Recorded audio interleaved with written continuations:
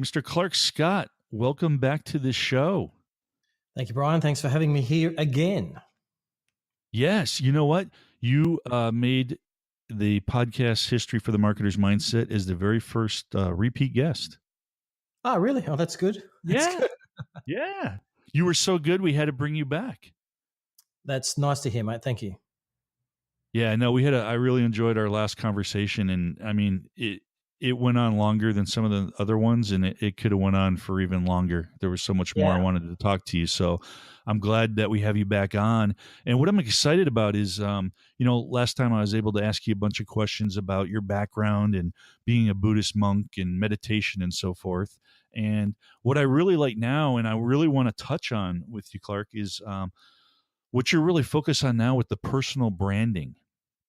Sure. And what I like, you've been really consistent with putting out videos. I've been trying to follow up on them. As I told you, I've got a busy time in my life right now, so I'm trying to do work and do some personal stuff. So I've been listening to a little bit of them. But what I liked is how you have there, and you talked about the 3 pillars to an extraordinary life. And you talked about one being entrepreneurialism, number 2, personal branding, and then 3, near and dear to my heart, mindset. So let's kind of touch on, I think when you talk about entrepreneurialism, you're basically just talking about taking charge of your life and creating your own business instead of working for someone. Is that what you mean by it? Or if not, explain it a little bit about entrepreneurialism as being one of the pillars. I do. Yeah, I do. So the basic premise of the whole idea is that we all want an extraordinary life. There's probably no one out in the world whatsoever who doesn't want their life to go well, that they don't wake up every morning hoping that things are going to go well. So how we define extraordinary is different depending on who the individual is, but we all want an extraordinary life. And so there's 3 key parts to making this happen from my perspective. And the first is entrepreneurialism. And what I mean by that is essentially just building your own businesses. The reason why that's a pillar is that what most of us are chasing when we talk about living an extraordinary life, it is freedom. And there are 2 kinds of freedom that I'm certainly chasing. And at a guess, I reckon most people would also agree with this, but they may define exactly what that is in different ways. So time freedom and financial freedom. And essentially what that gives you is the freedom to do what you want and when you want to do it. And that's really that's essentially the first key. So to do that, and the reason why entrepreneurialism is the first of the 3 keys to an extraordinary life is that entrepreneurialism gives you the freedom from both a creative perspective. So as an entrepreneur, you're able to come up with ideas. So it's not just about owning a franchise or being a freelance graphic designer. It's a little bit more than that. So, and you could do this as a graphic designer, but it's not just about swapping time for money. It's not about being a service provider. It's about growing something that is bigger and beyond your current scope of thinking, the way you're thinking. So what entrepreneurialism allows you to do is be creative,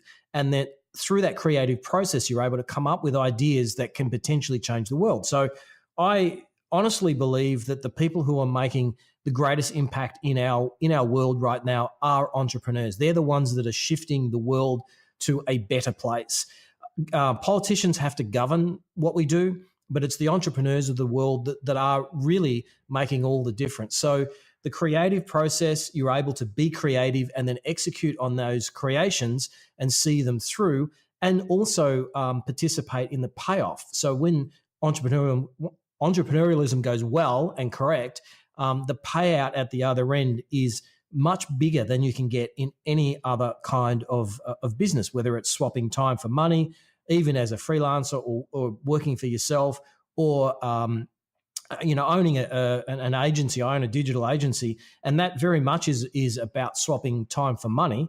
Although I can scale it out by bringing in other people to do some of that work for me. However, it is still swapping time for money, and so that's essentially the idea, is being creative and coming up with with ideas, and then executing on those ideas. And that can be, it doesn't have to be inventing something new. It could be leveraging an existing trend, and then moving forward in that. So it could be building software, SaaS applications. It could be coaching, and then producing online courses and then scaling that out. It could be an e-commerce store, a new physical product, a new way of some kind of new product that you're then placing onto an e-commerce store and then selling it via that.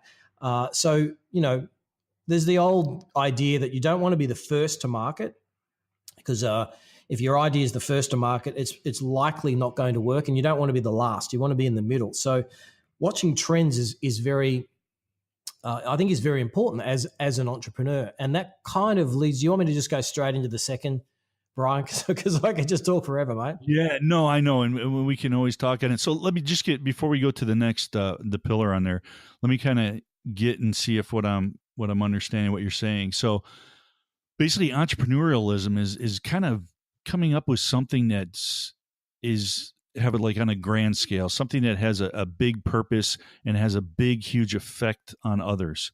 So it's not just, like you said, creating just a business for yourself that you're working at, but something that's bigger than you that you're able to do, whether it's through software, coaching, like you said, but it has a much bigger impact on a lot more people. Is that what you're saying? Yes and no. So it's not about being an inventor. It's about being of service to others. So that's what I mean by being bigger than yourself. So if you're able to create a business that takes another person from an unhappy state to a happy state, it doesn't matter. It could be any niche. It could be health. It could be the niche doesn't matter. If you're taking someone from an unhappy state to a happy state, then there's a business that you can wrap a business around that. So it's really about that. It's about service to others more than just servicing oneself. Yes. Okay. I love it. That's huge, and I love that take that you have on it, because it's a much bigger picture, and it's much more effective. And like you said, it's going to do more. Entrepreneurs are going to be the people that are going to make the biggest difference. And you see now with the trend with a lot of these big, thinkers, with Elon Musk and Peter Diamandis and guys like this, they're just big, huge thinkers. Naveen Jain. I mean, these guys are entrepreneurs, but they're doing stuff in a big way that's making a big impact on the world. So I think that's powerful. Yeah, totally. Yeah, totally. But there are thousands upon thousands of smaller people, smaller entrepreneurs, who are also making an impact, but the impact is smaller. So a couple of people that I've been in contact with recently, one is a woman out of Canada, and I won't mention names, but she's working with families and children who are having trouble sleeping. Oh, okay. And so her business, I think, it could be, that makes an impact in people's lives in a positive way. So she's entrepreneurial. She wants to enact change in others through service to others. She wants to help others, and leveraging the internet, leveraging the things that we have available to us now, which is a nice little segue into the other two pillars. And I can go through them quickly, and we can come back and dive deeper into each if you like, because that might give your listeners a good overview of what it is that I'm saying. And if we take this particular person as an example, and even if we would say that this person's fictitious, and she's not, but let's just for argument's sake say that she is. So her business is online. So the three pillars to an extraordinary life is, first of all, that you are an entrepreneur. So that for me is about taking someone from an unhappy state to a happy state, and then providing that as either a piece of software, an online course, some coaching, something that someone is able to take from you that in exchange for money, and that you can scale that out, and that it has a positive impact on people's lives. The second tier or the second pillar of an extraordinary life is personal branding. So I'm seeing in my digital agency a real trend towards personal branding. And what I mean by personal branding is not, or I should say, personal branding is not shouldn't be conflated with ego. So it's not selfies. Personal branding should not be conflated with the outer appearance of a business, of a brand. And if we think about it from, let's say, Apple's point of view, Apple was headed by someone with a very strong personal brand. Microsoft was. Tesla is.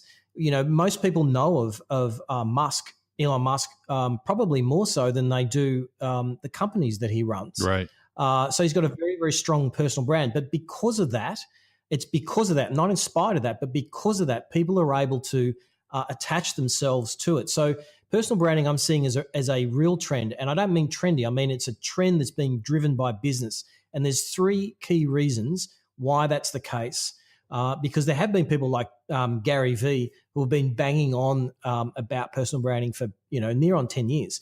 And in our last interview, and I don't know whether this was edited out, but I was a little bit harsh on Gary, and I've since spent a little bit more time looking at him, looking at his business, and just listening to him.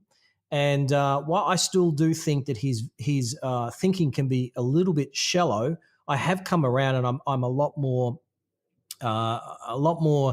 charitable to what Gary's doing. Now, I don't want to criticize the human being, because Gary is a human being and he's a fantastic human being. He has a wife and kids, and I'm sure he's great as a father and as a husband and as a business owner, as an employer. My last time I said, it's the energy that was for me was a little bit off-putting. Ironically, I can be a little bit like Gary, so which is a friend of mine pointed that out to me, and so I went and had a look, and I like him a little more. So once they said they're like you a little bit, huh, Clarke? You were like, he's a good mate then. Yeah. Perhaps that's the reason why I was pushing back against him, because it was like holding up a mirror. And so when I look at him, I'm seeing a little bit about a little bit of me in him, and he does have this very masculine, almost aggressive energy. And I don't see myself that way, but perhaps others do perceive me in a similar way, a little bit rough, a little bit tough, and we can get stuff done because of that. Gary Vee is a classic example, and we can be very opinionated, but we're coming from a place of compassion and loving kindness, wanting to do good in the world and getting paid for it. And that is something that is very deep in me. Wanting to do good and get paid for it is very deep in me. So there is these three things that are happening within the personal branding, or the reason why it's trendy. It's been driven by three key components from business. It's not narcissistic at all. And the first of that is that entrepreneurialism is now seen as a legitimate career. It is something that we can call ourselves, although it's quite a nebulous term. A lot of people still don't really know what it is, but it is absolutely a genuine and authentic career path where you can come up with ideas, create a business around that idea, and then either build it and then flip it, or build it and try and build up the user base and just continue to be in the business. That's an actual path. The second is a truly global economy. So, and some people may argue that we've had a global economy for 100 years, and that may be the case. But I think I don't have an argument. I don't disagree with that. But I think we have a truly global economy now, because anyone in the world in half an hour, as long as they have a telephone and an internet access, can go online, create a Stripe account, create a ClickFunnels account, and be selling something online to someone on the other side of the world within 30 minutes. That's truly global. 100 years ago, you couldn't do that. 50 years ago, you couldn't do that. 15 years ago, it was incredibly hard to do that. I wrote code talking to gateway systems 15 years ago. I know that it wasn't easy. And there goes my phone on Instagram. So if anyone's actually live on Insta, apologies for that. It nearly went in the coffee too. Oh no. So I will actually end the Insta there. So we just sorry guys, but I'm going to end Insta. Ciao. and I'll share that out. So we truly have a global economy where anyone in the world can do that, and within 15, 30 minutes of the max, even if you're a complete technophobe, within an hour, within 60 minutes, you could have a ClickFunnels account set up and be selling stuff online. That's truly global. And the third is the maturity of SaaS applications. So because SaaS applications, software as a service, things like ClickFunnels, things like Kajabi, Deadline Funnels, EverWebinar, these kinds of applications, they're cheap. You can get a ClickFunnels account for $100 a month and be selling online within half an hour. $100 a month, 15 years ago, to have that same functionality would be it would be tens of thousands of dollars.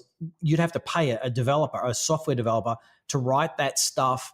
It would be proprietary, and so the maturity of software applications, plus couple that together with media platforms, and the two big ones being Facebook and YouTube, allow you to distribute your content, allow you to distribute content, video, and words, on Facebook, pictures and images.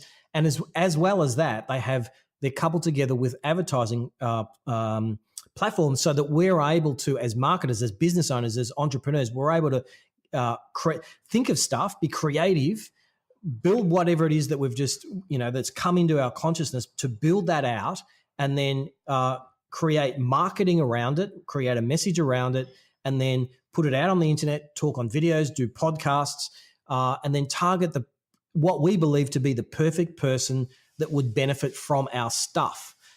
So it's because of those three so here's the kicker, Brian. Unless, and I hear an alarm going off.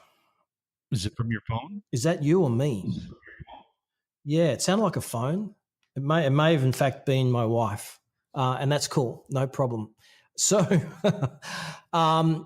where was I? I just got tripped over by the alarm. So here's the kicker, and you might just have to edit that little bit out if you like, Brian. If we couple those three together, the convergence of those three, entrepreneurialism as a path, a truly global economy, and the maturity of SaaS applications and media platforms, which is essentially a distribution platform, the two together. Here's the thing. Unless you're buying a commodity, you're buying toilet paper, a toothbrush, people buy from people.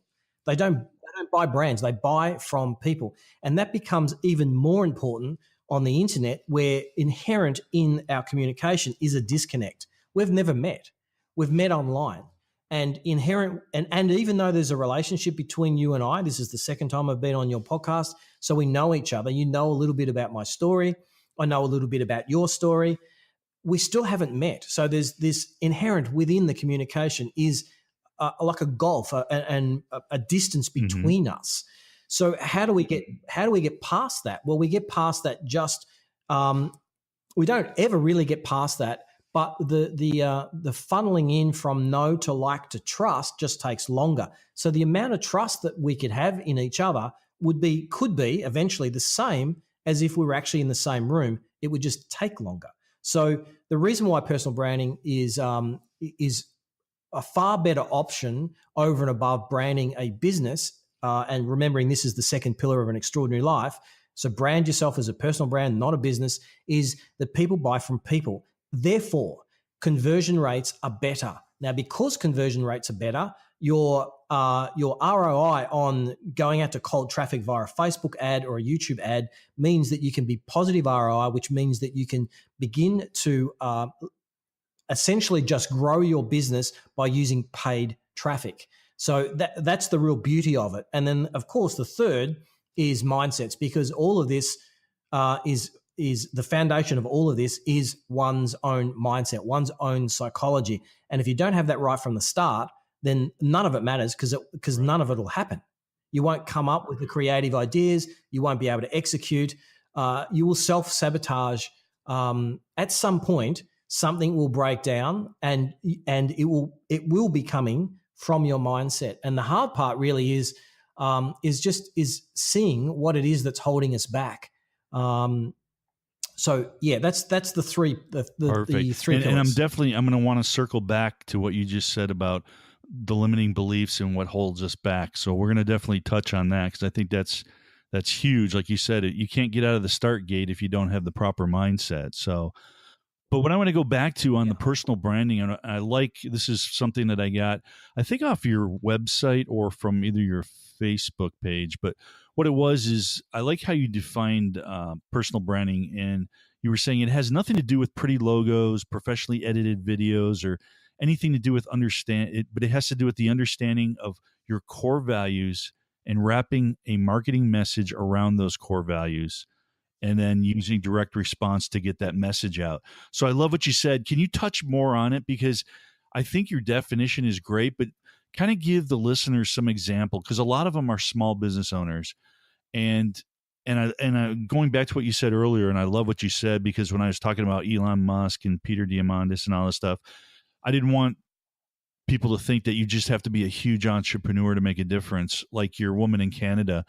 You can make a huge impact in your local community. And if you're on the internet, you can even touch worldwide, like you had expressed earlier. It's a medium now where you could Yeah, be totally. in bed still selling a product or a course, or have a coaching where you can talk to, just like, for example, us, we're talking now with an 18-hour difference between us. But with the power of the internet and SAS tools like this that we're using, Zencaster, we're able to communicate here and share a message and help others. So it's very powerful. So give us some examples of what entrepreneur can do to focus on building their personal brand. Okay, so you're right in everything that you just said. For me, personal branding has nothing to do with pretty logos, professionally edited videos. It's very much about understanding your core values. So I know that term's a little bit nebulous, and it's actually done on purpose. So the reason why I mean, it's true that it is your core values, but I could potentially expand it so it's less kind of vague. And the reason why I've kept it vague is because I want it to be intellectually stimulating. I want someone to actually think about, well, what does that even mean? In part because one of my core values is a depth of analysis. I don't like things that are shallow. As a general rule, I like art. I like movies that move me. I'm not interested in watching Hollywood movies. I'd rather watch art house. So one of my core values is this kind of depth of analysis, depth of a human being, consciousness studies. You kind of touched on my background at the start. So those interests that I had for the past 20 years are still very much a key interest in my life to this day. And I meditate every day. I read philosophy and psychology, etc. So for me, core values is essentially, or how you would go about personal branding, maybe a good way to explain it, and also give your listeners some actionable tactical strategies that they can use tomorrow or even as we're speaking. The first thing you need to do is really understand what you value at the core of your being, so to speak. And I don't mean in business, I mean just as a human being. What is it that you value? And then delineating that, like just listing those things out. So if you can then wrap a marketing message around those that are related to the business that you're currently in. So in my case, with the personal branding course that I've got, and I've got another course coming out I don't know exactly when, but at some point in the future, there's going to be run more like a mentorship kind of thing around entrepreneurship. And I'm going to call it the Academy. And so and this is a mantra that I say to myself, but it's also the message that I've wrapped around my core values. And that is, if you want to live an extraordinary life, you need to be extraordinary. What I mean by that is you need to give extraordinary value. Your ideas and content must be extraordinary. And that's something that I say to myself. I love it. I think that's so powerful. On my website, you see that. Yeah, you see it up there. And so you get a sense of who I am. It's telling the user who I am as a human being, or not a user, a visitor. I'm talking Right. from a software point of view. When a cold audience member goes to my website and they see that, they're going to have two reactions. There's three possible reactions. One is the neutral reaction, which you don't want, and other than that, there'll be two. Someone will go, "What a wanker!" Now, I don't know if that translates into American culture. You might think so. I think jerk would be a similar kind of thing. In Australia, we have this this phrase, what a wanker. It kind of means what a jerk, what an idiot. Someone that's being a little bit egotistical because they will, but that's a reflection of them more than me. So I call this a funnel filter. By having this message wrapped around your core values, you're actually pushing away, you're repelling the right kind of person, the person who is not like you. They are not going to be a good fit for your business. And the people that it sings to, the people that go, wow, I really like that, they are your tribe. They are your audience. So you're pulling someone into your world, and to use marketing terms, into your sales funnel from the very, very start. So understand your core values, wrap a marketing message around those core values. And here's a real a benefit that comes from doing it this way that many haven't seen. And that is that often when we talk about what we want to be, I want this business to be X, I want to be known as this. When we speak that way, we're coming from, even very, very, very, very subtly, we're coming from a place of ego. I want to be known as X. But if you come from a place, if you speak from your core values and to your core values, and you broadcast that message, then it's not coming from a place of ego. It's impossible because you're not talking from nor to your ego. You're talking from the things that you value as a human being. It's a completely different way of using marketing to say exactly the same thing. And because of that, you can be very, very intentional in your marketing. I want someone to see this marketing message, then that marketing message, then that marketing message, thus funneling someone down from a cold to a warm to a hot audience. And we can map those through to a know, like, and trust. And we can do that. That's incredibly intentional, but at the same time, authentic. It doesn't feel like you're trying to sell. Why? Because you're not.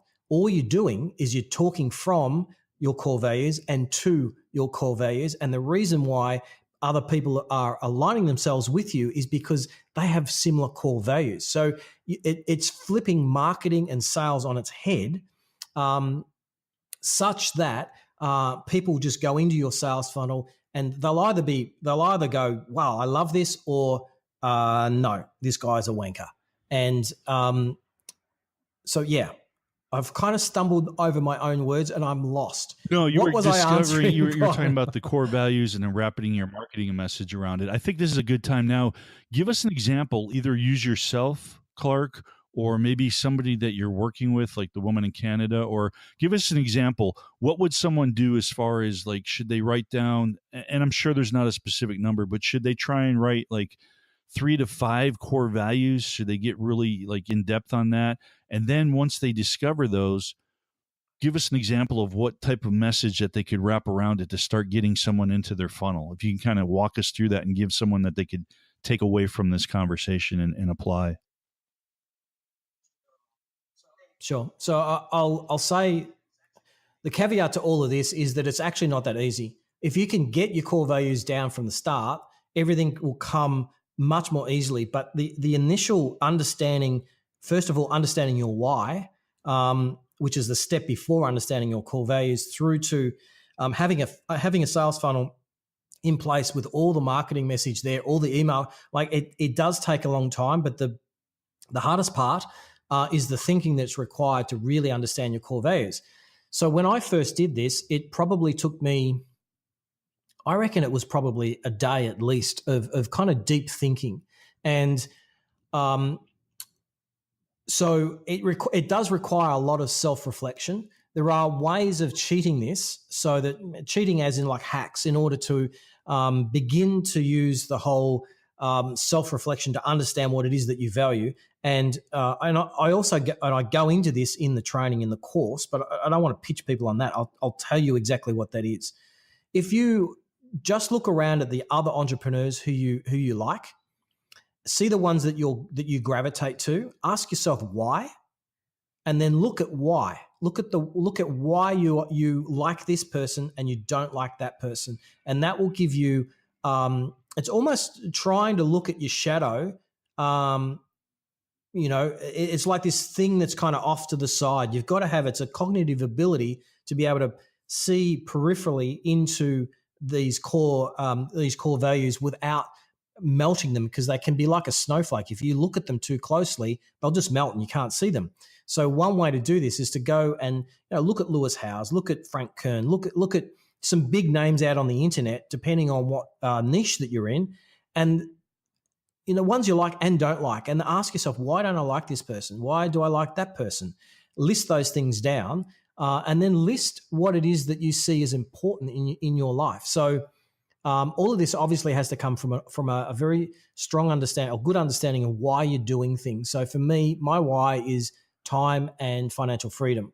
Time and financial freedom has nothing to do with my core values, but I need to understand why I'm doing this stuff so that I can begin to understand what it is that I'm going to do. And then we work out what our core values are, and then we can map a particular message around it that is related. It's related to the why I'm doing something with what I'm actually doing. So I know that was a lot of words and probably a little bit overly conceptual, but here's how it played out for me. I want a business that allows me to have time and financial freedom such that I can pick my family up and go for book a Airbnb in Byron Bay or Bali, or for you guys it might be Costa Rica, Mexico, like a beautiful beach kind of resort location. And I want to be able to do that on a whim. I want to be able to go climb a mountain in Tibet. I want to be able to go and do a long retreat in Thailand or Italy. I want to be able to, those kinds of stuff. That's my why. So therefore, I need a business that will allow that. Okay, well, what kind of business could I do? For me, I've chosen online entrepreneurship and specifically course creation. So teaching others how to do what it is that I'm doing. And the reason for that is that it maps through to my why. It will allow me to do those things. So what I then do is I look at my core values, depth of analysis, consciousness studies, mindsets, meditation. I love marketing, sales funnels, all that kind of stuff. Okay, so let me teach these kinds of things. Actually, before that, let me wrap a message around my core values. If you want to live an extraordinary life, Clarke, you need to be extraordinary, Clarke. And that's what I would say to myself. And then I just take the Clarke bit out, the self-reflexive kind of personal pronoun, remove that from the sentence, and there's my message. And people who hear that and go, wow, I love that, are my tribe. And then I just have to give them something for free. In my case, it's a masterclass. And in exchange for that, a first name, email, bang, they're in my sales funnel. Now, at that point, if I then follow them up with other messages that also speak from my core values and to my core values, I'm actually speaking to their core values. That's the thing. And they don't feel like they're being sold to at that point. They don't feel like they feel an affinity with me. They see me as an authority within my domain of expertise, my niche, just fancy pants way of saying niche, or niche, I think is what how you guys pronounce it. There, but it's English, British English. So it's anyway, it's niche. So no, I think your point was straight on. Is once you get that core values and the person listening to it that resonates with that message, you're speaking right to them. You know what their situation is, the problems that they're struggling with, and you're able to talk to them because their values are matching yours. And that's where you get that solid tribe that's going to listen to everything you say. They're going to trust you in what you say, and they're going to buy everything that you have because you're giving them solutions because you understand them. So I think it's very powerful. That's one way of looking at it. Yeah. That's kind of the way we would normally, from a marketing point of view, that's the way we would normally think about it. But using this approach, my approach is that you're speaking from and to your core values. You're not speaking to someone else. So it's like you're talking to yourself. But because they have the same or similar core values to you, they feel like they are being spoken to, like they're reading their own. It's as if you're reading their mind. When they're reading it, it's like, wow, I really resonate with this, with what this guy is saying. But you, at no point have you had to think, now I wonder whether I should say this or I should say that. You talk from and to your core values, and so the person on the other end who's reading it feels a very strong affinity with who you are and what you've gone through and what you offer and what you represent, and how you are, how you manifest in the world. It also allows you to be incredibly authentic, because in some respects you're really just being yourself, minus the egotistical or the narcissistic side that can come in when we look at it from a point of view of, or when we're trying to be something. I wrote a Facebook update today about, for me, how this kind of happened, and it really was an epiphany for me. And so, yeah, it is a different way of looking at the same marketing strategies that we've all been taught. Perfect. I'm gonna let's just pause right here. I'm gonna cut out something on here. Sometimes it sounds like it's dragging the audio, so I don't know if it's the internet thing or anything, Clarke. But since you're done with the broadcasting now, you might try putting the headphones on and let me see if it goes away. If maybe it's getting an echo or something. Okay, so I'll just make sure if someone else is watching video, the internet's not going to work. That's okay. She's not doing anything. Thank you. Do you have multiple windows open? Okay. Yeah, look, so I've got headphones on now. Yeah, it seems like it's I don't know. We'll have to see. Hopefully the recording comes out fine, but sometimes it gets like kind of a digital where it kind of drowns out a little bit and then comes back in. So I don't know. It happens every now and then, but other times it's real clear. Okay. So I just made a note of it here. I'm going to edit this section on, but I wanted to see if maybe that putting the headphone on, maybe it's a feedback thing or what. We'll have to see how it goes. Hopefully it's not. Yeah, cool. It could just be the internet. It could be, and I hate to do it because we're going over some good stuff here. So, okay, well, I just made a note here, so I'll edit that part out on there. But yeah, we'll jump back into it because I like what you're saying here with the core values, because that's, like you said, being true. So I'm gonna come back and just kind of reiterate what you said, and then we can go back onto it. So we'll get that. Okay. Yep. Yes, Clarke, definitely. I think that's so powerful. I love what you said to the fact that you're more authentic because you're coming through with, you wrote down your core values. You're not trying to write to a market or to another person. You're writing what you believe in. And then with your marketing, you're attracting the people that resonate with those core values. So like you said, it eliminates the ego. It puts out what you truly believe, what you're trying to accomplish. And then the people that resonate with that message are going to become your core tribe. Is that right? Yeah, it's correct. Yeah, because when they hear the marketing message, you're speaking directly to their core values, and therefore you can have a very different personality. You can be you can have different colored skin. You can be a different gender. You can be from a different part of the world, culturally very different.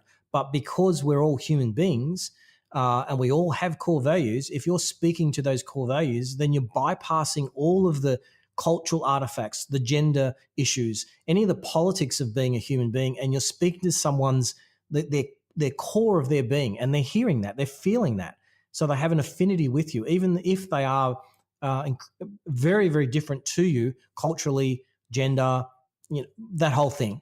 So it's a different way of looking at this. And it's a very powerful, like I said, because you're getting down to it's a true message. It takes out the people, especially for people that like me. I don't like the salesy type, the hypey salesy. I like to have a true message coming through with authentic, that you're here to help, that you have something that can help them. And by doing what you're talking about, building your personal brand in this style, you're coming across, like you said, you don't have to be salesy then. and do all these gimmicks. Yeah, totally. Gimmicks don't work anymore. I don't think anyone believes that gimmicks work. There is still a balance that we need to keep ourselves and our marketing in balance. So one of the good things about this is that we can be very intentional, and we are, when we're selling things to others, we're trying to convince them that our stuff works. And people are skeptical, and we're on the internet, so they're even more skeptical. And so it can take a lot of effort to get someone to hand over, $1,000 for a deep dive online course that will, Yes. it's going to completely transform someone's business. But there's this trust. People have to go through a funnel where they go from cold to warm to hot, and it has to go in that sequence. And what you're effectively doing is you're getting people to know, to like, and to trust you. They're not going to pull out their credit card till they trust you. And in order for that to happen, you have to give an extraordinary amount of value, such that they will pull out their credit card, even though on day one they could have completely transformed their business.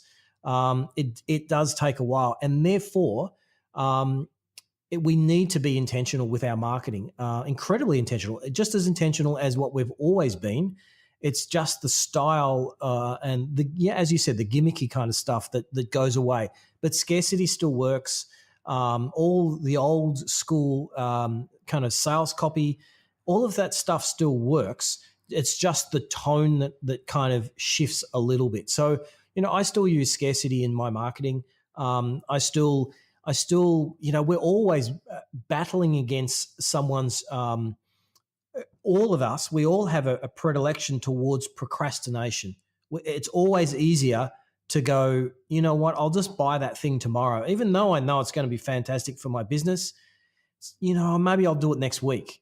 It is something that's in the human condition almost. And so as marketers, we're battling against that thing constantly. So, people shouldn't be worried about whether they have competitors or not. What they should be worried about and fighting against is your lead. So if you've got a lead in a funnel and you're trying to convert them into a customer, what you should be kind of battling against is their predilection towards procrastination, their inability, their kind of hesitation to believe in themselves.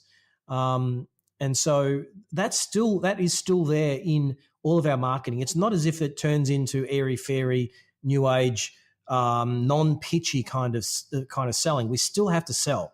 There still has to be, as Gary Vee says, jab, jab, jab, right hook.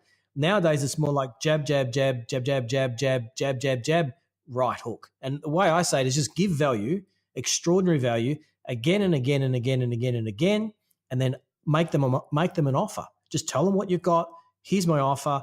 Take it or leave it, and throw some scarcity in there. And like the deadline funnel as a SaaS application is fantastic. It provides real scarcity through code. You're able to create funnels that at the end of this date, you will not be able to, and it tracks via IP address and cookies. You'll not be able to get my course at half price because I'm only giving it to people who. And of course, you have to be ethical about this. But you there? The way I've done it in the past is I want to work with people Clarke, who are taking did we lose action. you? Why? Because the kind of students I want are the ones who will take action, because they're the ones who will Clarke. succeed. Not they're more likely to succeed. They will succeed. So I don't want. And therefore, if I have students who are successful, my business will also flourish. So I put in a scarcity around that notion. Okay, if you want to take action, you've got 5 days. This is my offer to you. This is how much it costs. You got 5 days to make your choice. After that, you can still get in, but it's going to cost you double. And so creating that feeling of, okay, so I've got to act now, is what will cause the people who will take action to actually take action now. Because even action takers, we can still, and I put myself in the group of people who take action. Clarke, I can still think to myself every now and again, I'll do that thing tomorrow. It is something within the human condition, I think, where it's just easier to put things off. So we're talking about someone being in a sales funnel and talking to. If you're talking from and to your core values, then then the person feels that, and they don't feel it as marketing. However, you still do need to be intentional with your marketing. The great thing about this is it allows you to be that and authentic at the same time. However, the same principles of scarcity, for example, are required for you to be able to convert a lead into a customer. The same things that old school marketers are battling with, we are too. Even if you're speaking from and to your core values, we're still having to deal with skeptical human beings that have trouble trusting, and so that doesn't change. That absolutely doesn't change. But what it does allow us to do is it allows us to be intentional and in a way that where we come across as being authentic. And I think because of that, I know because of that, and if you couple that with a personal brand, then your conversion rates are higher. We know this empirically through Facebook ads. We know that personal brands they convert better than a business brand, and it kind of makes sense because people buy from people, and we need to have this know, like, and trust factor in place. A hot audience, someone who's just ready to buy, has a factor of trust. Even if you're buying a brand, you're buying something that is even that something's not a commodity, but it's not a personal brand. Let's say, for instance, a Porsche motor car. A Porsche motor car, before you go and drop $200,000 on a car, you're going to want to trust it. You're going to want to trust that brand is going to make you feel a certain way, and so you still have to trust a brand, but personal brands on the internet, when we're selling anything, they convert better. So Apple had a very strong personal brand at the front of Apple, Microsoft too, Tesla. Good brands have a person at the front. Why? Because people buy from people. People trust people. Porsche, these kinds of brands are, they're a little different because they have a strong history, and people. I would love to own a Porsche car. My father owned one when I was a kid, so I have a little bit of attachment around a Porsche. But it's a hell of a lot of money to spend on a car. But when it comes to things, that aren't like a Porsche motor car, we're buying from people, and therefore the same tactics within marketing still apply. And people are skeptical, and people are procrastinate, and so we're still having to deal with those issues. So I was saying earlier, and I'll just repeat it in case it got missed. We find that we're not so worried about competitors in our businesses. If I'm, within the digital agency, if I've got clients who have competitors, we're not worried about the competitors. We're worried about our leads procrastinating, and what we're banging against, pushing back against with our marketing is not we are better than everyone else. It's pull your finger out and buy our stuff because it will transform you. That's what we're really pushing back against, because in people's minds, if they're in your funnel, then they're kind of half sold, and they're just looking for those little things that is the difference between them taking action or not. Yeah. So that's effectively what I wanted to say about all of that. So personal brands just convert better. So what you're saying then is a lot of the marketers out there now need to be the face of what they're doing. They need to put themselves out there with videos, Instagram stories, and really start branding themselves and their personality, because that's what they're buying. So they need to put themselves out instead of hiding behind their products. Correct? Yeah, totally. So here's a story. My wife and I are looking to buy a house, and we have been to auctions. We've missed out on a couple. We missed out very, very close on one that we absolutely loved. And the last house that we looked at, we're talking to the realtor, and he was telling us about how in his office, he's like the number one dude in his whole area by something like double. He's selling double what everyone else is but this guy is so non-salesy, like you wouldn't even think that he was a realtor. He just looks like a family man, and when you speak to him, there's no real hard push. And I was saying to my wife, he's either the most brilliant salesperson I've ever met, um, or he just almost doesn't care about making a sale. And when I was speaking to him, what he said was that he started doing video, and then to me it was as soon as I heard him say that, it was like, okay, I get it. He doesn't need to put on the hard sell like some of the other realtors that we've seen. And in fact, I walked away from an auction halfway through an auction because the realtor was just so salesy. I would refuse to buy a house from him. It was a okay house, but we wouldn't have bought it anyway. But I was like, I don't even want to stay to the end because this guy is just so old school. Let's put it that way. But this guy had started doing video. And if you think about it, what that means is people can go out and they can know, like, and trust this realtor. And therefore he doesn't have to sell hard. He's just being himself. He tells people about his family and he speaks from his core values. He's doing it without even knowing that he's doing it, I would say. And that's the reason why he's doing so well.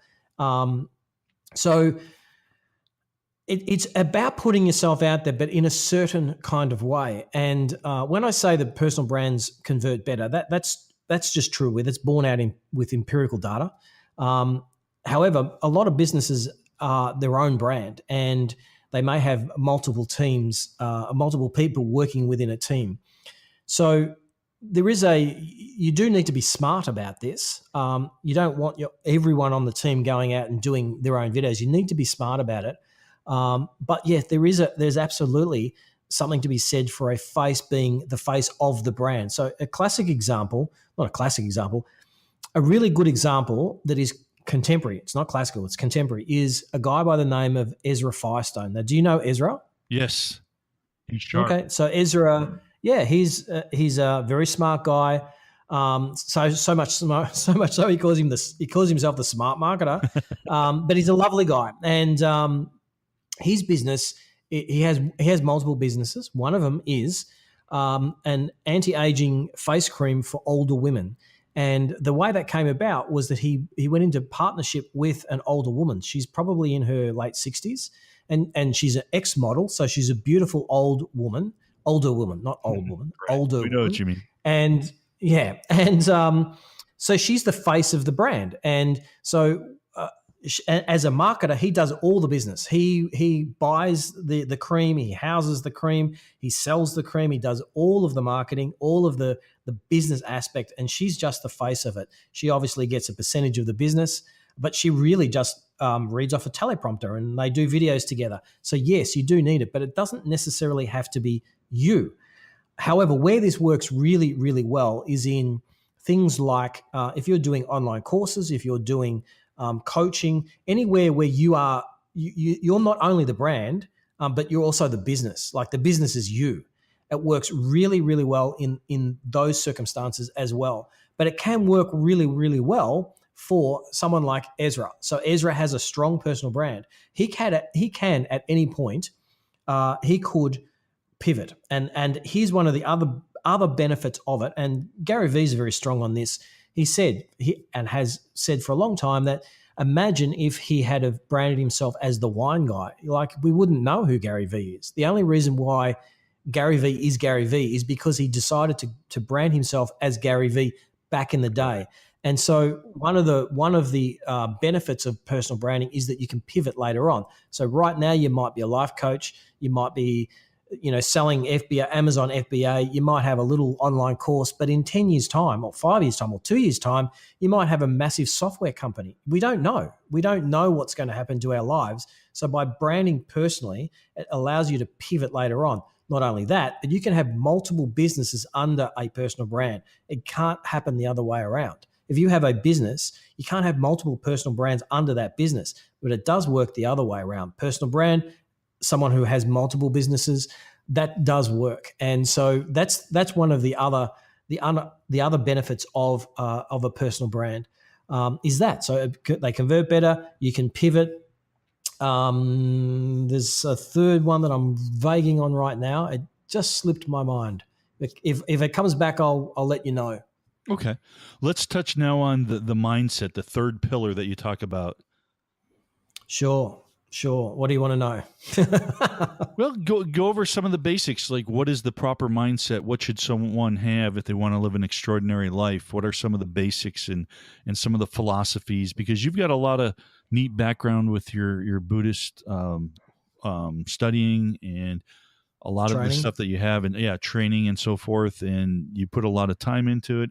You've had a lot of life experiences, and you've really done a lot, what I like to call, and a lot of people talk about, is self-awareness. And I think you've got a good grasp of self-awareness, and I think it's so important for someone to have that self-awareness, especially when you're talking about developing your core values. You got to have self-awareness to develop those. So give us kind of an idea of what one should do when they start going and taking on a mindset to have an extraordinary life. Okay, so I define mindset a little bit different than perhaps some people would imagine. For me, mindset is your thoughts and your beliefs coupled together, and it's through that your physical actions manifest. But it includes the entire mind body system and the environment. So it's our lived experience. It's not just adopting a mindset is not just about telling yourself how wonderful you are. It's not affirmations. It is our entire lived experience. So we know this from Buddhism has known it for a long time. A lot of the wisdom traditions have known this for a long time. And science now has shown that this is true, that the physical world is a manifestation of one's own psychology. So effectively what that means is that both ourselves, how we perceive ourselves, how we perceive the world, and how we perceive ourselves within the world comes from within from our own psychology. And so you can see that when you get two people who have a similar background, yet they see the world in very different ways. Someone will see it with full of possibility and full of creativity. Another person will see they could be from the same town, same level of education, perhaps even the same family, and they will see the world as being a dangerous place where you look at what's on the news today. This has happened and that's happened, and we've got to do something about this. And it's a very angry, aggressive kind of way of perceiving the exact same world, so-called world. So it comes from our reality. That's the base premise from which mindset training should start. And I like to then couple that with a set of training that comes from a professor, and I'm vaguely on the university that she's from, but it's a woman by the name of Carol DeWitt. She did some. So she's a research a psychologist, but a researcher, and she was doing experiments, as weird as this sounds, experiments on kids, where they basically were able to group kids into two sets of mindsets. One's a fixed mindset and one's a growth mindset. An example of a fixed mindset is when because it's a spectrum, and we can flip from one side to the other even within a day. So a fixed mindset would be when you are when you think that things are fixed. It's very black and white thinking. You think that the situation cannot change. It's very permanent. It's and your intelligence or your creativity is fixed. Your IQ is fixed. Your ability to execute is fixed. I can never do that because I am this kind of person. A growth mindset believes that intelligence, creativity, all of these kinds of things can be learnt. So an entrepreneur, people who are good at entrepreneurialism, very much live within the context of a growth mindset. So they see the expression of creativity as something that can be exercised, and if they don't know something, they'll go and teach themselves, or they'll hire the right people to do that thing for them. So they're always able to see how a way past a problem. That's the second thing. The third thing is that all of us have a natural, almost I call it dispositional narrative. These are the stories we tell ourselves about ourselves. A lot of these have latched onto us as children, as we were growing up, and we didn't know any better. And often our parents don't know any better, and the things that we're told as kids can leach onto us. So an example of that in my own case is that my father used to say to me as a kid, Clarke, I'm not as smart as everyone else, so I've had to work harder than everyone else. Now, what he meant by that, he was trying to be encouraging. But what I heard was, you're not as smart as everyone else, so therefore you should work twice as hard as everyone else. It wasn't until I got to high school I realized I wasn't actually the dumb kid. In fact, far from it. And so I was able to get over that aspect. I no longer perceived myself to be silly or even average. I knew where I was in IQ, the numbers, and so I knew that what my father had told me was incorrect. But as I went through university and particularly in the PhD, that was still manifesting. That feeling where I had to strive in order to succeed was still manifesting in my life because I didn't even know it was there. It was a story that I told myself about myself, that you're not as good as everyone else. Therefore, you've got to work hard. You've got to work twice as hard as everyone else to be just as good as them.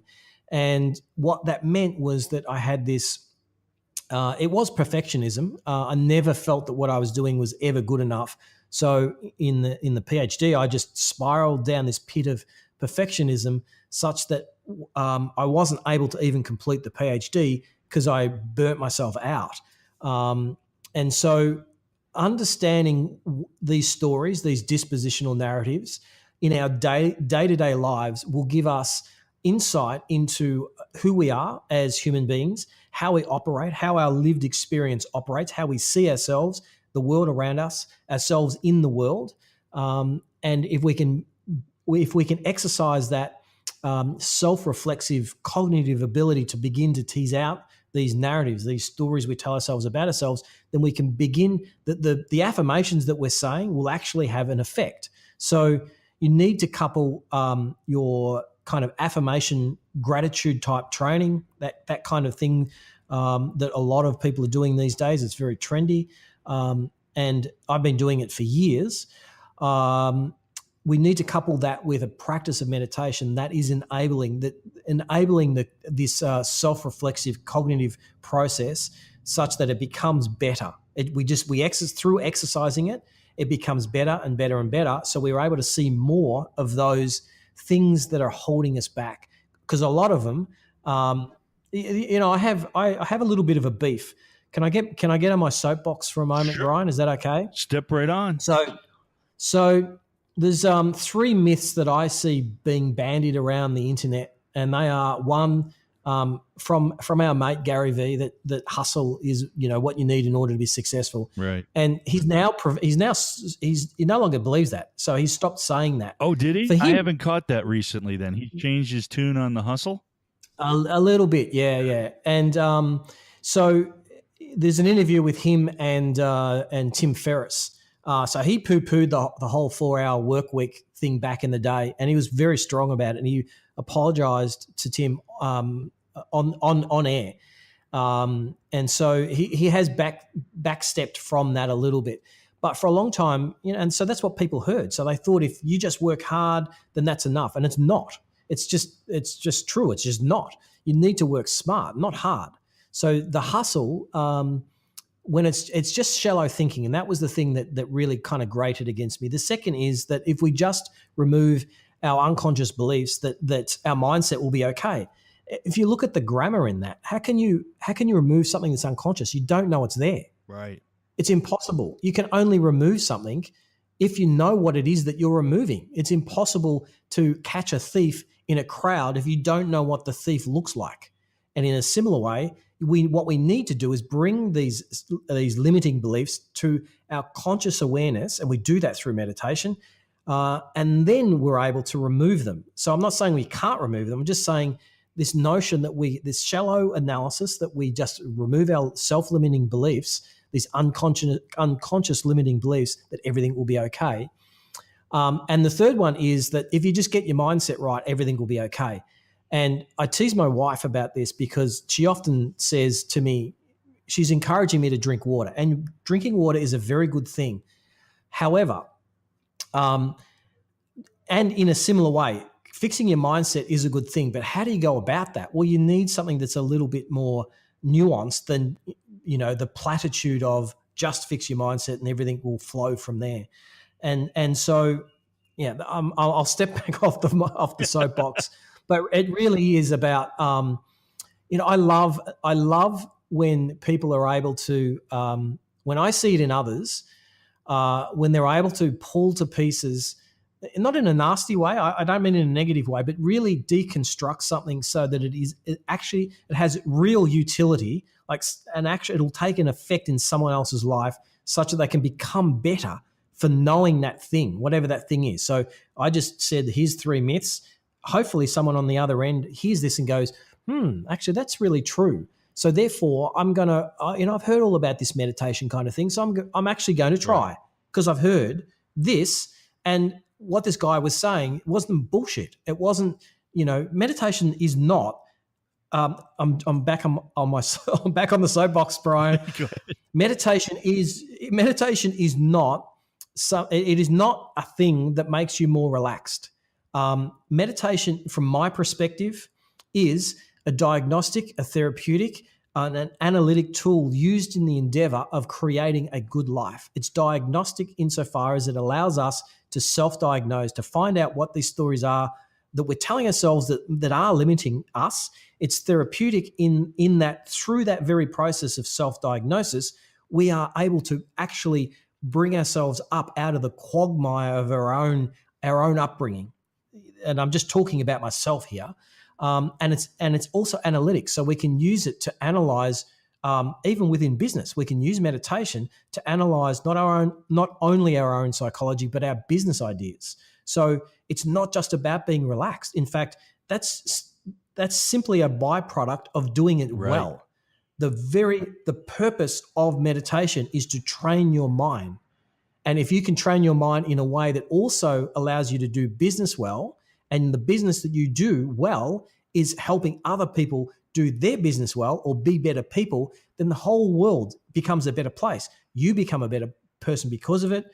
They become a better person because everyone wins. There's no losers here. Everyone wins. No, it's powerful. And I kind of shared with you, IMing back and forth on Facebook, that I'm starting to get into meditation, and that's something that we'll talk a little bit about too on there. But once one becomes aware of the stories, say they're doing it through meditation, and they're aware of the stories that they're telling themselves, and they've brought the limiting beliefs up to the conscious level now, so they're aware of them.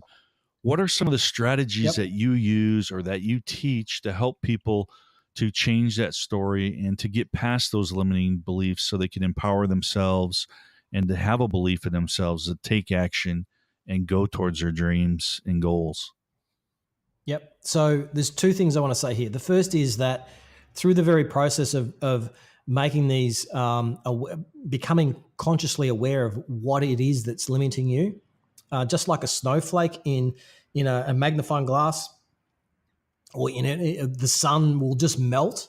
So awareness, you can think of awareness, conscious awareness, as being the sunlight, and these things that are limiting us are like snowflakes. And through becoming aware of them, they will just melt and they will dissipate. So we don't need to do a lot for that. However, what that is doing is, all it is doing is removing something that's preventing us from moving forward. We still need to then move forward.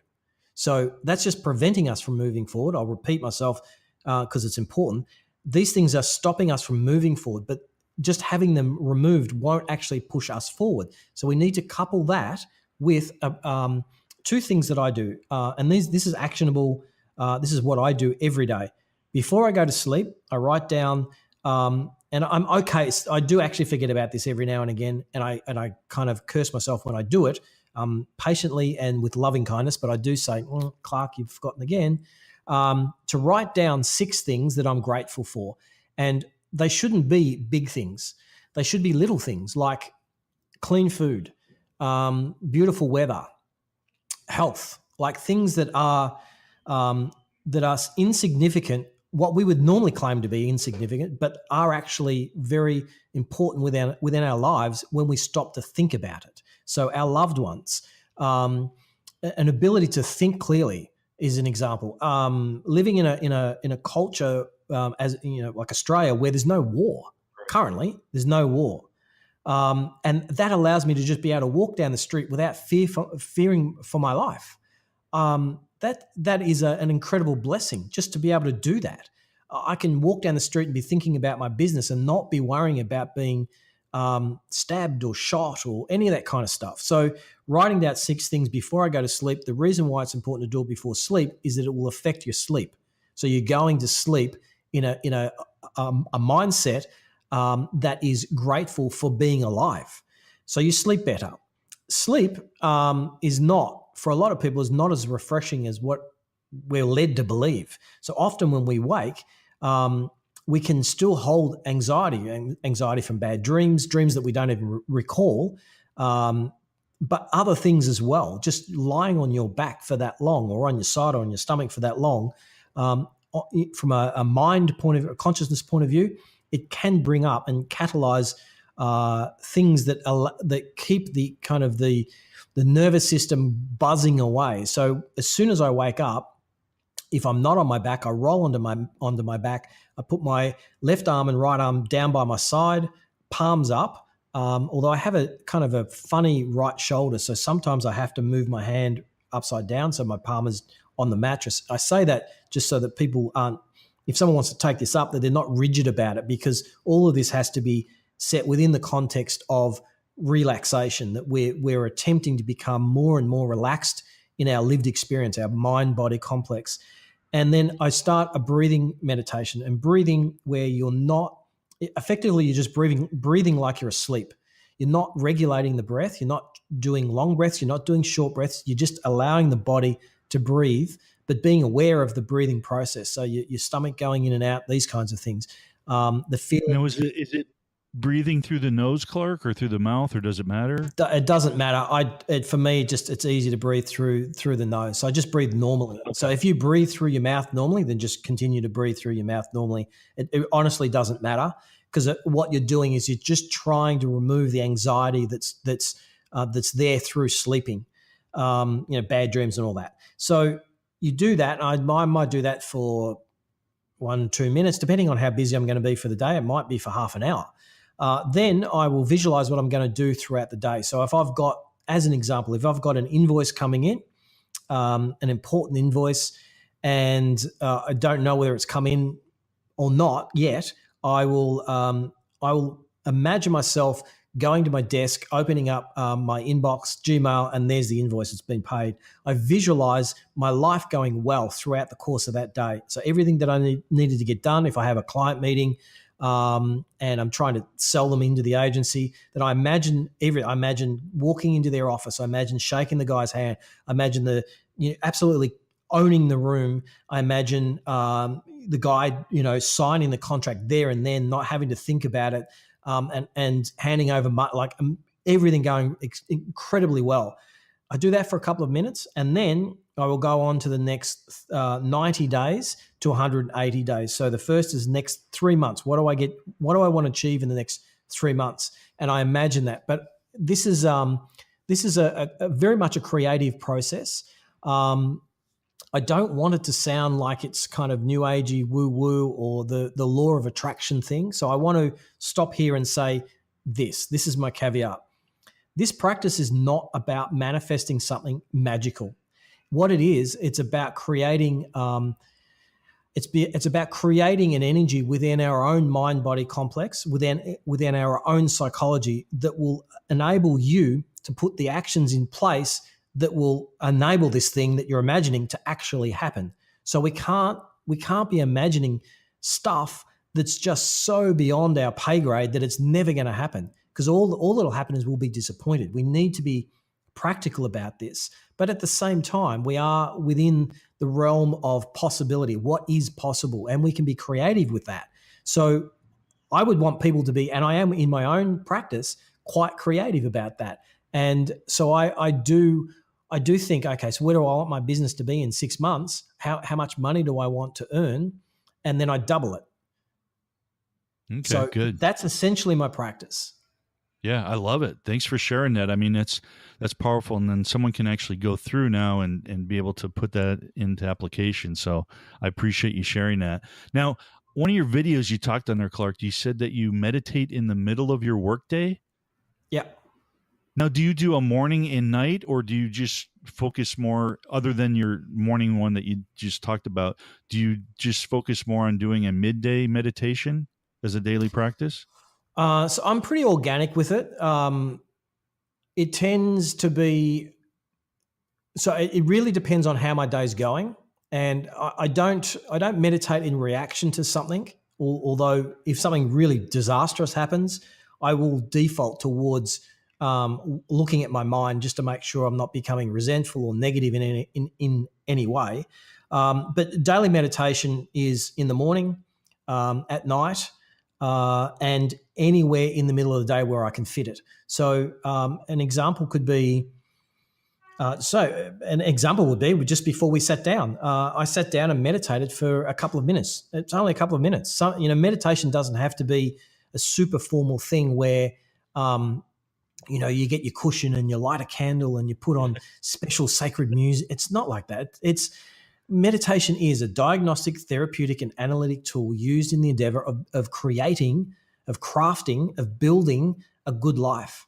So you have to remove the things that are preventing that from happening. And you have to create the action. You have to create the thing that you're looking your why. The life, time, and financial freedom for me. So I have to create the causes that will enable that.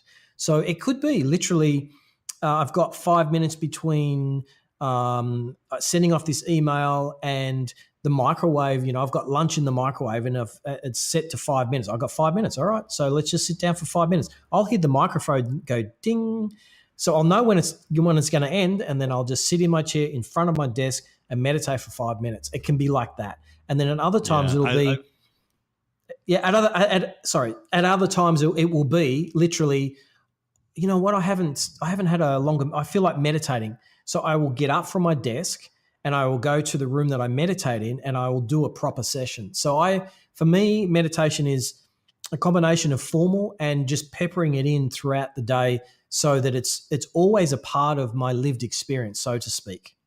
Yes. Thanks for demystifying it for us too, because a lot of people think that, all right, I need to sit in a certain room, lotus position, incense burning. And I'm glad you brought up the fact that, hey, if I got 2 minutes, I'm going to take that 2 minutes. If I'm waiting for 5 minutes for my lunch to cook, and people need to know that they can take those moments to meditate. It doesn't have to be a set formal thing that you're doing for 30 minutes or something. You can do smaller sessions throughout the day to help you on that journey. So thanks for clarifying it, because I think a lot of people have this unknown notion on it and have this perceived idea of what meditation should be. So thanks for sharing that. Now, what would you say you've been doing meditating for a long time. You've studied with some great Buddhist monks. You've personally met the Dalai Lama. You've got some great stuff. What are the benefits that you have received from meditation? What can you share for someone who hasn't, that they can look forward to receiving by practicing meditation? Benefits. The benefits are, there are so many that it's impossible to list. And when I hear other people say that, I think to myself, bullshit. But I want to say that that's just true. There are things that science are starting to be aware of from a physical health point of view, that meditation, that it does help from a health point of view. For me, that's never been the focus of meditation. And so I can't really speak to that. No, that's fine. I want you to share what benefits that you have personally experienced through meditation. Yeah. What has it done for you? It has completely transformed my life. From where I was to where I am now, it couldn't have happened without being able to meditate. See, here's the thing, Brian. I'm pushing back on this question a little bit, because I think that the question is, it's looking at meditation in the wrong way. And that is that although I do say that it's a diagnostic, therapeutic, and analytic tool used in the endeavor of having a good life, of crafting a good life, and in that context, it can be seen as a tool, and it is a tool, but it's also a way of living. and therefore the notion that it has benefits for your life means that it becomes something that's not a part of your life. It's something that you pick up and you put down, and that's why I feel uncomfortable by answering the question. And I have always felt it's not. I've had this question a lot over the years. Many people have asked me this, and I always feel uncomfortable about it. And I can't quite articulate what it is that makes me feel uncomfortable. But what I think it might be is that I have this feeling that meditation is just such a part of who I am that it's not something I pick up and put down. It's something that I do even when I'm working, I try and as much as possible live from that space that we would normally create from within the so-called, putting it in scary quotes, meditative practice. Am I making sense, or does it sound like I'm being completely, avoiding answering the question? No, I understand what you're saying on there. I think what you're saying is it's not basically a tool. It's who Clarke is. Clarke meditates, and it's part of who you are. And I kind of think what I'm trying to get from asking this question, and I know you can't give a canned response, and you can't say it does A, B, C, D, but you said it transformed your life. So what I kind of look at is when you transform, how How? someone can transform their being. They can say, I want to become this person. And usually as an Yep. ends to a means. So yeah, someone may want to get a better job. They want to make six figures. They want to make $500,000. They want to make $1,000,000. All those things may be good goals to it. But if you look at the end goal, those are means to get to maybe the person you want to be, who's more charismatic, who can influence others and influence themselves in positive ways, who can provide tons of value to the world, because that's the way they're going to earn that amount of money, by giving more value. So by becoming Yep. that person, they have more benefits in their life than the pre-person they were. So let's say Brian starts out as Brian 1, but Brian wants to go to Brian 2.0. And Yep. so what I guess I'm with my question with the meditation was, prior to Clarke having meditation be who he was and who you are, kind of what are the benefits that you've got? I mean, you said it transformed your life. So as a personal level, maybe it's helped you become more creative. It has, and I'm not talking about it's lowered your blood pressure, it's made you calm. I'm talking about the transformation to Clarke from someone who didn't meditate until you got into it, and now it's who Clarke is. You see what I'm saying? So I don't know if Yep. it's something you can answer, or if that kind of clarifies what I was trying to reach with, or if that helps make you Yeah. feel No, a little bit better what I'm trying to get across. Or I got the question the first time, okay, and thanks for the clarification.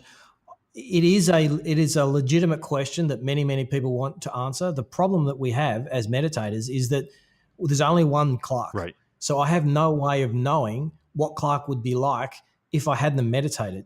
So then the question then becomes, well, what's the point of meditation? So the point of meditation is that it allows you to be, or a byproduct of it is that you increase your ability to be self-reflexive. You as the Greeks used to say, the Greeks would say, know thyself. Well, Right. you know every part of you, the good bits and the bad bits. Yes.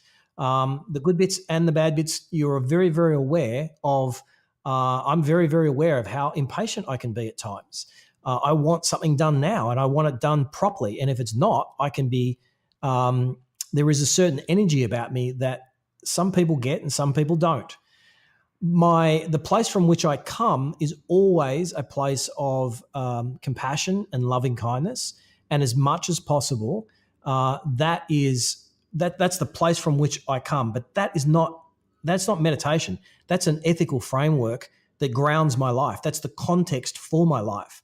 Meditation allows me to be more self-reflexive. So I would say that and I actually love this conversation. I love the question, although I'm pushing back against it. And I guess I'm pushing back against it in a way because I'm also interested in going deeper in it. I just don't want to give you a very shallow answer to that, because I could say, well, it's made me more creative and I'm happier and I've got more energy and I'm less judgmental, and I'm more compassionate, and I'm more patient. Um, that is all true. But how do I actually know Right. that? Like, I don't really know that. I can't know that ever, because I'm one person. I have a stream of consciousness that's been influenced by this self-reflexive practice that I've been doing for 20 years. So there's no way of me knowing what the trajectory would have been if I had have not meditated. I can tell you that the people that I was hanging out with when I was back in art school, I can tell you where their lives went, and they were vastly different. And but we're not the same people. So it's actually it's a tough question to answer. I would say that all of those things that I just listed, I believe are true, but I've got no way of verifying whether it's actually a fact or whether it's just what would have happened to Clarke. And as I say that, what would have happened to Clarke anyway? In my heart, I think, well, there's no way known that could have happened, because you can only become more patient, less judgmental, happier, calmer, all of these things, more intelligent, all of these things through a process of self-reflection. That's the only way it can happen. Because if you don't self-reflect, you don't know what to change. You don't know what a dysfunctional aspect of your personality is, and what a functional, constructive, positive state of mind is, and therefore you don't know which ones to enhance and which ones to kind of try and remove. And meditation does that. Meditation gives you that ability. So, yeah, I feel like I've done a really, really bad job of answering that No, question no, for you, that's Brian. fine. Sorry. I love your stance though, because so many people could just give the canned responses, like you said, and say, "Oh, I'm more relaxed, I'm less judgmental, I'm all this." So I love how you really thought deeply about it, because it shows that there is a deeper thing. And again, we can touch on this another time, because I'd love to talk to you more about it and the deeper aspect. But I think that this self inner reflection is one of the real keys to it, of just like you said, know thyself. And I mentioned it a little bit earlier. Self Yeah. awareness, I think, is so huge to our growth and becoming more of who we are, and to tapping into our full potential. If you don't look inward, Yeah. like you said, the good bits and the bad bits, you got to take it all into one, because that's who we are. We're made up of all those things, and we need to. Yeah, we don't have to be patient with our bad bits, though. Like, we don't have to, Right. we don't have to indulge them. They can actually be removed. They are not inherently a part, or innately a part of who we are. They are things that we've learnt either in earlier adulthood or childhood. They could be cultural things that we've learned just through being an Australian. There's a certain way that I am through being Australian.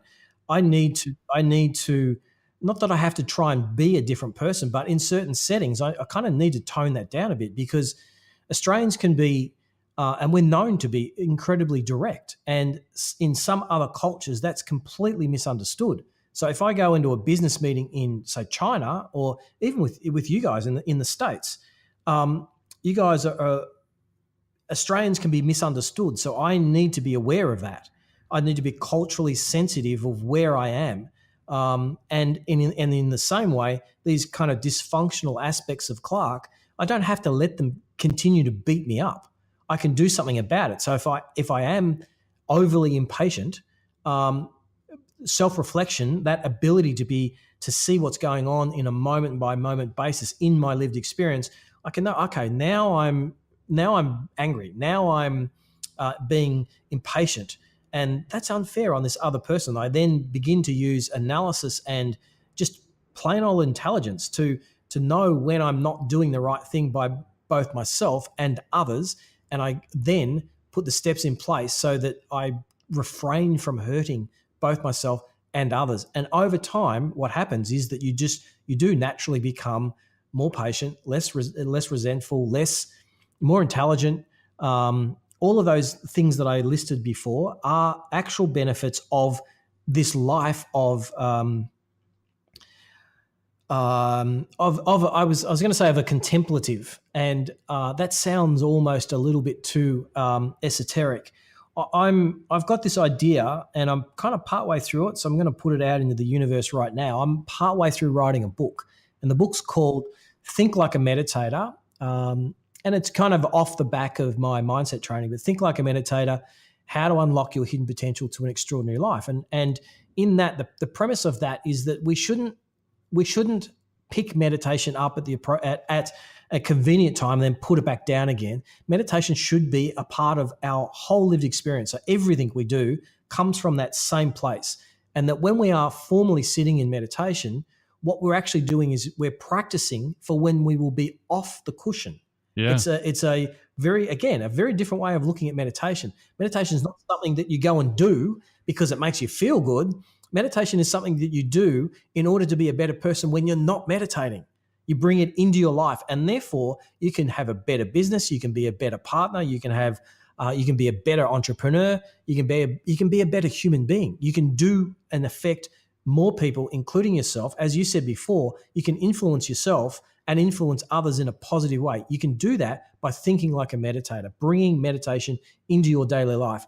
And really, that's why I push back on that initial question. Is this just this ill feeling of, it shouldn't be a part of a separate from us. It should be who we are, not just what we do. Right. So you'll be explaining that, I take it, in the book then, correct? You'll be delving deeper into it? Awesome. Correct. When do you anticipate that coming out, Clarke? I'm regretting telling you now. No, you put it out in the universe. It's done. Yeah, I did. So I would like to think in 12 months' time we can have a chat again and we'll be talking about the book.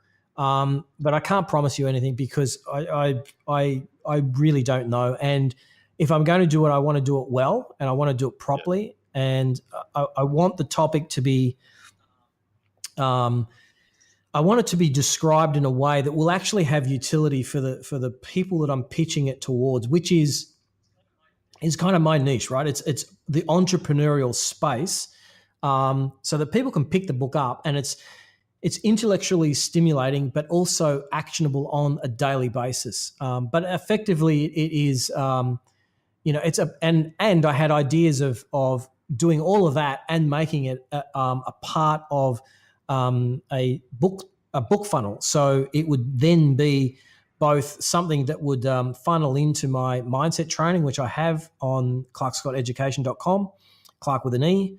So it would be a part of the funnel for the mindset training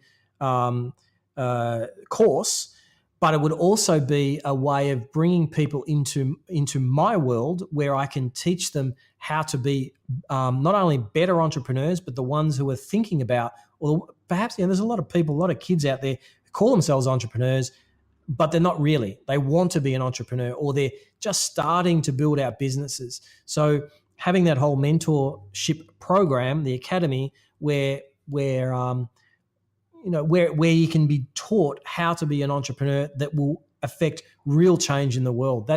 It was twofold, really. Yeah, that's great. I'll be looking forward to that in 12 months then, Clarke.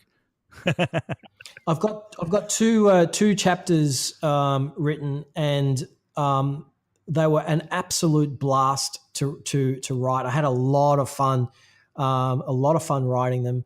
So, if I had the time, if I just had, probably take me 6 months to write it. I'm not a particularly fast writer, quick writer.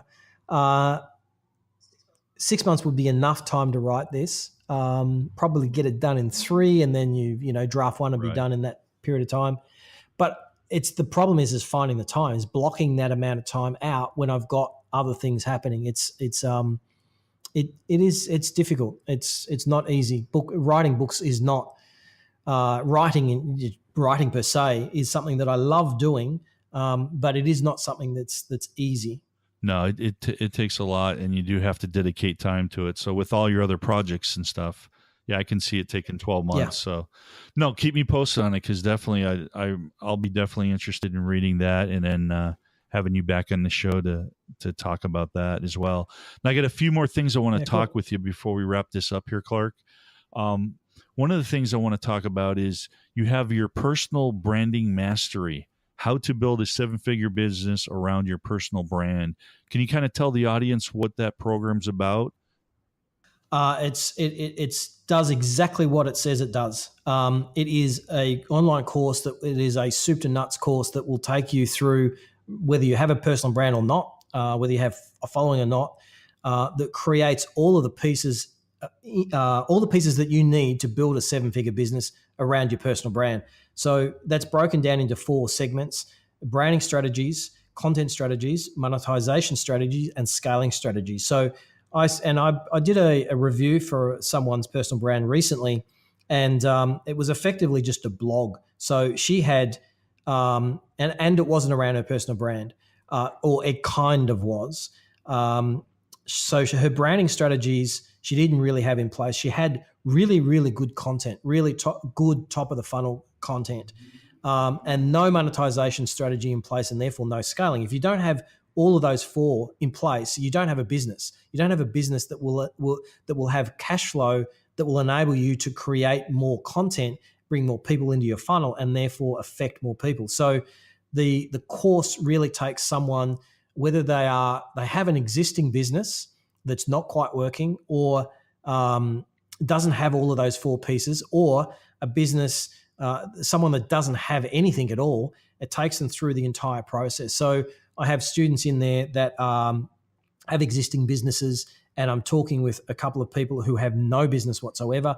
It's in its introductory phase, so you can get it now at half price, but I'm limiting that to a certain number of students before I set it at its final price, which will be $997 US, and then we basically scale it out from there. So it's essentially everything I know. There's more than 100 videos in there, and I heard when I was thinking about doing the course, I was listening to a guy by the name of Mike Dillard. Do you know Mike at all? Yeah, Mike Dillard, yes. Yeah. So I was listening to an interview that he did with, oh my God, I'm vaguing on the guy's name now. He said, "Trust me, I'm lying." He wrote that book. I'm going to. It's not Ryan Holiday, is it? Ryan Holiday, yeah. So it was an interview with Ryan Holiday, and the interview they spoke about. So Ryan had a book about the perennial bestsellers, and it was effectively the premise of that is if you're going to do something, do it well, and do it so well that it becomes a perennial seller. And Mike was banging on about the kind of the trend that's happening because of social media and content marketing, and dare I say it, old Gary V, where you just put out content daily and you're documenting your life, and that's what we're all supposed to do. But what comes of that is a shallowness of all the content that we produce. And I've done courses before. We're all training ourselves, right? And some of them you buy a course and you go through it and you go, I already knew all of that. Like it didn't give me anything. There was no depth to it. And Mike was saying he was saying that that's a real phenomenon, and I completely agree with it. And he also said that when his career took off, he was told by his mentor that to learn one thing and learn it well. And so he spoke very much about if you're going to do a course, do one that is deep dive. Don't get one that's 4 videos or 6 videos. Like get one that's a lot. So I went, I really like what Mike has to say. I trust him. I trust his ideas. He's clearly a very, very successful entrepreneur, and an all-round good guy by the looks of it, but I don't know him personally. And so I took that on board, and I effectively did that with my course. So my course, you get everything. You get absolutely everything from, and I also do it in a way where I show you the buttons to push. So someone who is somewhat of a technophobe can go on there and learn exactly what buttons they have to click in, let's say Active Campaign or Kajabi or my preferred SaaS applications, in order to go from not having a business, not even having a website if you wanted to, not having anything at all, through to having an actual business with sales funnels in place, content strategies in place, branding strategies in place, monetization strategies in place, and the scaling strategies. So we do that via, I show you, I basically open the doors to my business and show you the exact funnels, how I run Facebook ads, the exact targeting I'm using, why I'm using this targeting over that targeting, what kind of budgets that I put behind all of that. I show you everything. And that way I'm essentially, what I'm doing is I'm teaching, rather than just giving you a meal. Here's a meal, an online course, give me $1,000 and see ya. and kind of, wipe my hands of you. I'm not doing that. I don't want to do that. That's not how I like to run my life, and it's not how I want to run my business. What I'm doing is teaching you how to cook. So if I can teach you how to cook, then you'll never go hungry. Never.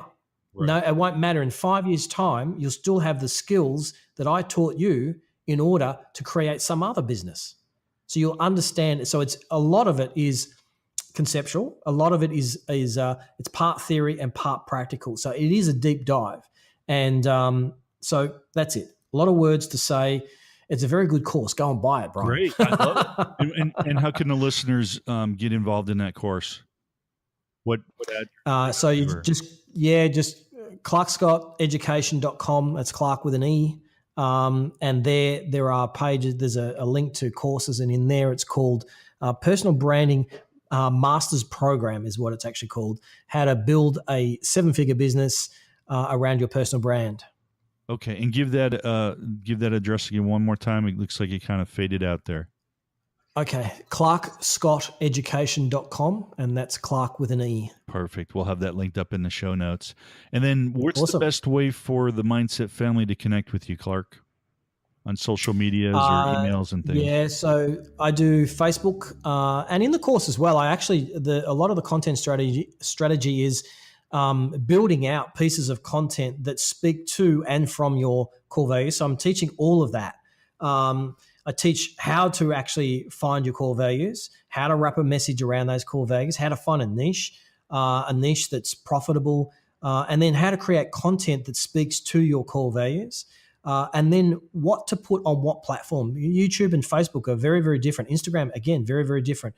And they can be used to create this kind of circle of trust. You can wrap your arms around your community in a way that really drives the know, like, and trust, the cold through to a hot audience, so that you're converting a lead into a customer very, very easily. So all of that is to say, I am on Facebook, I am on Instagram, and I am on YouTube. And all of that can be found from clarkscotteducation.com, Clarke with an E. Perfect. We'll have that linked in there. Final message for you, Clarke. What is the final message that you'd like to give to the Mindset listeners about truly building a successful business and building a strong personal brand for themselves? If you want to live an extraordinary life, you need to be extraordinary. You need to give extraordinary value. You need to know your niche in an extraordinary way. You need to be extraordinary, and that through that, this life that you dream of will just magically manifest because you're effectively doing extraordinary things and being extraordinary. I love it. Perfect. Thanks so much, Clarke. I appreciate you coming back on the show. It's been great. Yeah, I've enjoyed it. Thank you very much. Okay, guys, until next time, thanks for checking in. I appreciate you guys, and we'll catch you next time. Thanks for listening.